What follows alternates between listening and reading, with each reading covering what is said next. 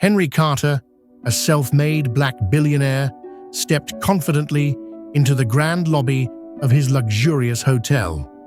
Dressed in a simple suit, he blended in with the crowd, but his eyes were sharp, scanning the environment.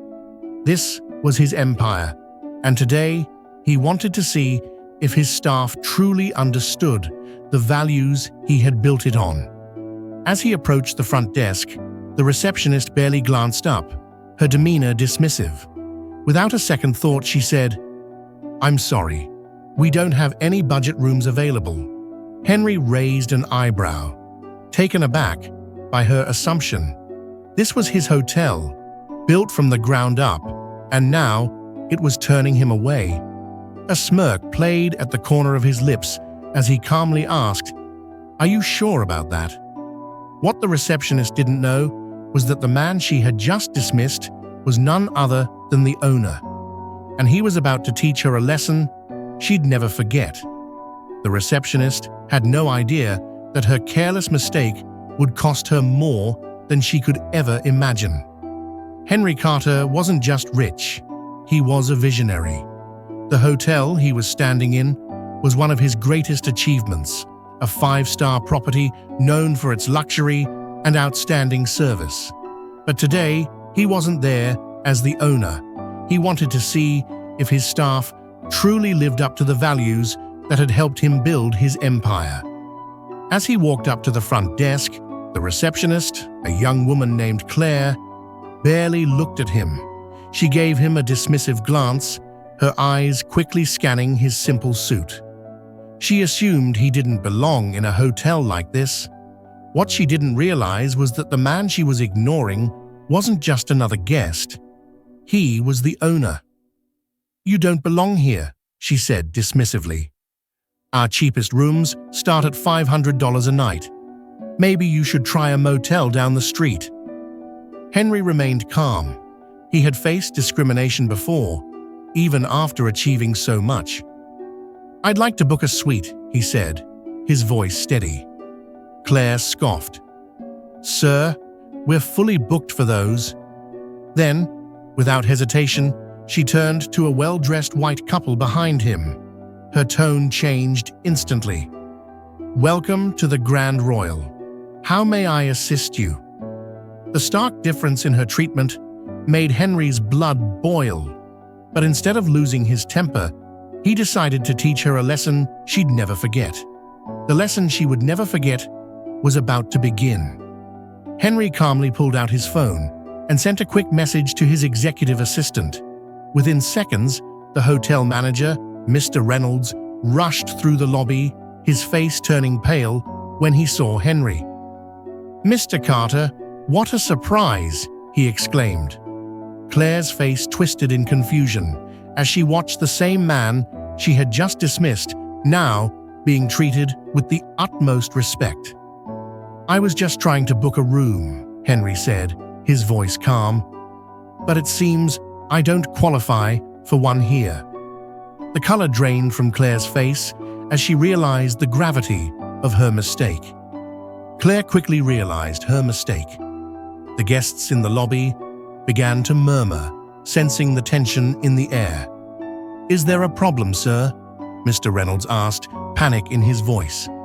"I'd like to hear from your receptionist," Henry said, crossing his arms. Claire stammered, I didn't know." "You didn't know?" Henry finished for her. "But should it have mattered?" A heavy silence fell over the lobby. Claire's hands trembled as she tried to defend herself. I assumed." "You assumed I couldn't afford to stay here," Henry said sharply. "Is that it?"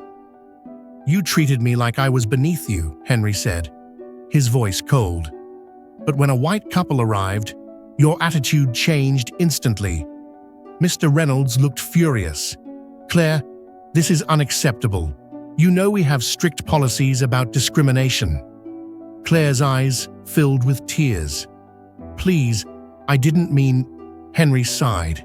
He had faced similar situations before, but seeing it happen in his own business was deeply disappointing. "I built this hotel to welcome everyone with dignity and respect," he said firmly. "If my staff can't follow that, then changes need to be made."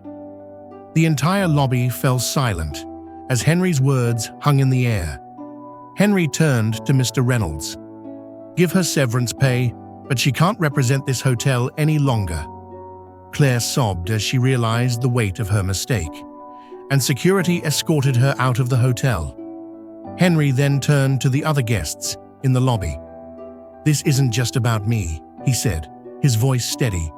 "It's about every person who's ever been judged unfairly. This ends today."